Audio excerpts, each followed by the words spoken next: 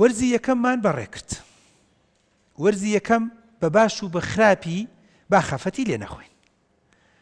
بێتاقەت و ناڕەحەت مەبە. ڕق و قینە بەرامبەر بە مامۆستا هەڵمەگرە. بە زۆر مەڵێ باوە مەکتەبەکەم بگوازەرەوە.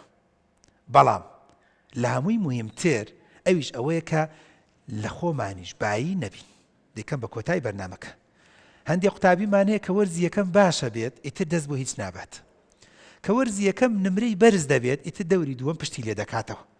تەنانەت هەندێک مامۆستا هەیە دەڵێ دکتۆر وەرزی یەکەم ناوێنن پرسیاری سووک و خۆش بێنینەوە، چونکە تەلەبە زاڵمە کە هەمووی 89 هێنا دەوری وەرزی دووەم ئەڵێ جا خۆ من ناجحبوونم مسۆگەرە، داخلبوونم مسۆگەرە، پشتی لێ کاتەوە قاچە ناتە بان قاچە و فشەی بە وەزاکە دێت. کامەش بخۆی هەڵەیەکی خراپ. بۆیە بە دایک، بە باوک، بە قوتابی، بە فێرخواز، بە مامۆستا بەڕێزەکان دەبێت بە هەموومانەوە بەڕاستی ئەمە باش و چاکەین. تۆ باشبووی دەبێت باشتر بیت. تۆ 80 هێناوە، تۆیەکی فێرخوازی بەڕێزم کە سەیرم بەنامێ دەکەی مستەوات 80 بووە کەواتە من دەتوانم وەکو دکتۆرێک پێت بڵێم تۆ دەتوانی 90 بێنی 100 بێنی. مادام تۆیەک بە 2 مانگ بە مانگی 9 و 10 و 11 کە قریبەنەکەی بە 2-3 مانگە توانی بێتت 80 بێنی 75 بێنی کەواتە دڵنیا دەکەمەوە تۆ دەتوانی 90-95 بێنی.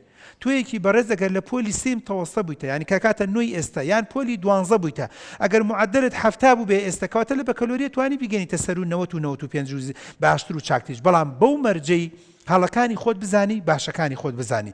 هەڵەکانت کەمتر کەیتەوە، هێواش واش ئیشی لەسەرکەی، بەڵام باشەکانی خۆشت زیاتر و باشتر و چاکتر و مەزبووتتر کەی.